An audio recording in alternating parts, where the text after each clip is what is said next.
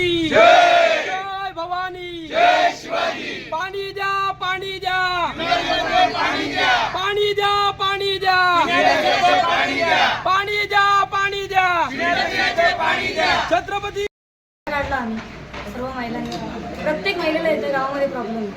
आज आमच्या ज्या सरपंच बाई ह्या 4 वर्ष होती, पण ह्या सरपंच बाईंनी गावामध्ये एक सुद्धा फेरी मारली नाही की महिलांना काय प्रॉब्लेम आहे, महिला काय करतात, पाणी आहे गावात की नाही आहे, या गोष्टी घंटागाडी फिरत नाही आमच्या गावामध्ये व्यवस्थितपणे। आमच्या गावातल्या बायका विहिरीवरती पाणी भरतात। मी स्वतः रोज 500 लिटर पाणी भरते। माझा पूर्ण एक साईड माझी बदली झालेली आहे। माझ्या घरी माझी पोरं आजारी, माझ्या एकटीचंच नाही पण गावातल्या प्रत्येकाच्या घरी तुम्ही आज जाऊन बघा, प्रत्येक घरची लहान लहान मुलं, मोठी मोठी माणसं आज या पाण्यामुळे आजारी झालेली आहेत। जर पाणीच व्यवस्थित नसेल तर माणूस कसं काय व्यवस्थित सगळ्या गोष्टी करतो?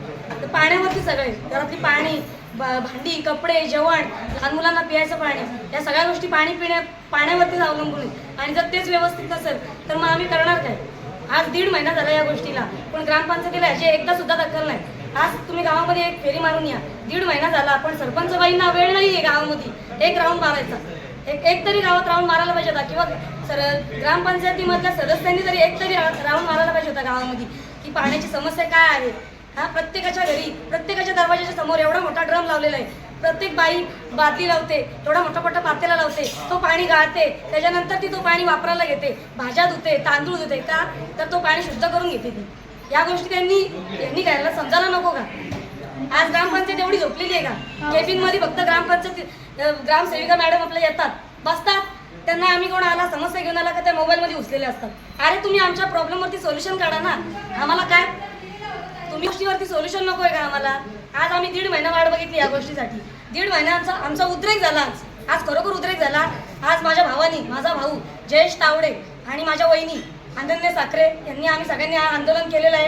हा सगळ्या महिलांचा मोर्चा आम्ही इथं घेऊन आलेलो आहे। आज त्यांनी आम्हाला 15 दिवसाचा अवधी दिलाय। या 15 दिवसामध्ये जर त्यांनी आमच्यासाठी काही केलं तर ठीक, नाही केलं तर आम्ही याच्यापेक्षा मोठा आंदोलन करू। हा आमचा शब्द आहे सगळ्यांचा, हा सर्व महिलांचा शब्द आहे।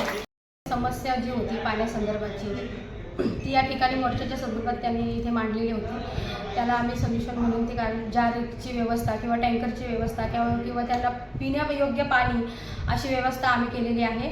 आजपासून त्यांना ते पाणी पिण्याची जी सुविधा आहे ती चालू होईल असं नियोजन आम्ही आज केलेलं आहे। आणि त्यांचे जे निवेदन होतं ते स्वीकारून आम्ही हे आमच्या बॉडीने हा निर्णय घेतलेला आहे की त्यांना टँकर आणि जार या प्रकारे आम्ही पाणी देऊ। पूर्ण उन्हाळ्यात सुद्धा 100% आणि मुबलक पाणी पुरवठा होता। आता जो 4-5 तारखेला जो पूर आला त्यामध्ये दोन्ही पाण्याच्या लाईनचं नुकसान झालं। जल जीवन मिशनच्याही आणि भारत निर्माणची पाईपलाईन वाहून गेली होती, ती पाईपलाईन तातडीने ग्रामपंचायतीने जोडून घेतली भारत निर्माणची। दुसरी जी दुरुस्ती झाली त्या योजनेची नुकसान झाले, त्या योजनेची दुरुस्ती आपण चालू ठेवलेली आहे, पण ते काम अजून पूर्ण झालेलं नाही। त्यात काहीतरी अजून अडचणी आहेत, त्याच्यामुळे सध्या थोडासा पाण्याचा तुटवडा एक गेल्या 10-11 दिवसापासून जाणवत आहे। ग्रामस्थ देवनाळे गावातील ग्रामपंचायत हद्दीतील काही ग्रामस्थ पाण्याबाबतीत निवेदन घेऊन आले होते। ते निवेदन ग्रामपंचायतमार्फत स्वीकारण्यात आलेलं आहे।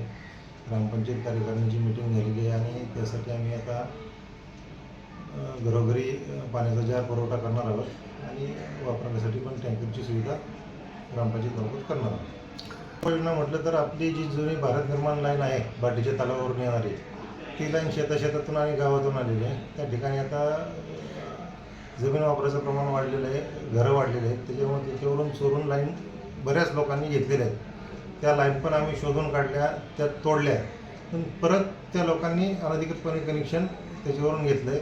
त्याच्यामुळे थोडासा पाण्याचा दाब कमी प्रमाणात येतो, म्हणून त्याला पर्याय म्हणून आम्ही भारत निर्माणची लाईन दुसऱ्या मार्गाने नवीन टाकण्याचं प्रस्तावित केलं आणि हे गेल्या महिन्यातच केलं ते जून महिन्यात तसा प्रस्ताव आम्ही पंचायत समितीकडे पाठवलेला आहे।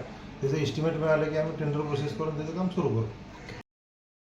प्रॉब्लेम आज आम्ही निवेदन स्वरूपात दिलेला आहे, आमचा निवेदनची प्रत आहे। तो प्रॉब्लेम मी अनेक महिने ग्रामपंचायत सदस्य म्हणून बॉडीपुढे मांडते। प्रत्येक मासिक मिटिंगला आम्ही त्याची चर्चा करतोय। मी भरपूरदा माझ्याकडनं अर्ज देऊन पंचायत समितीकडे या सगळ्या समस्या मांडून भरपूरदा प्रयत्न केला, पण या गोष्टींवर सोल्युशन निघालं नाही।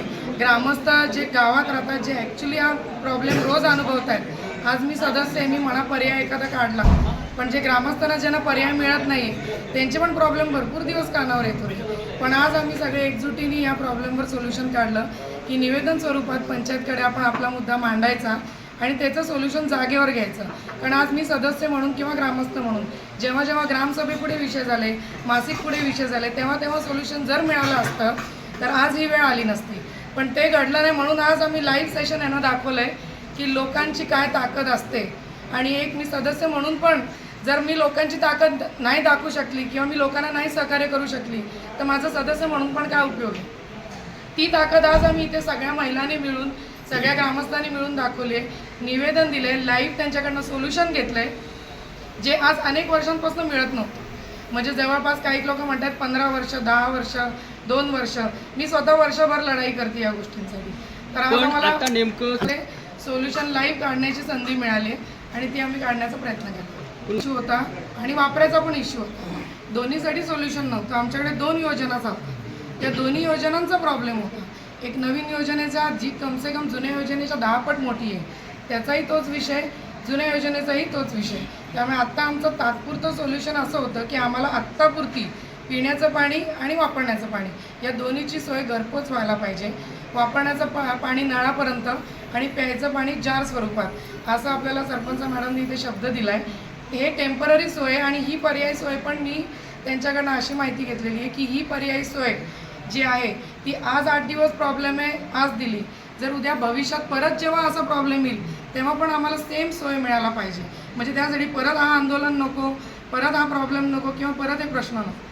हा जो टेम्पररी उपाय आहे हा कायमस्वरूपी पाहिजे.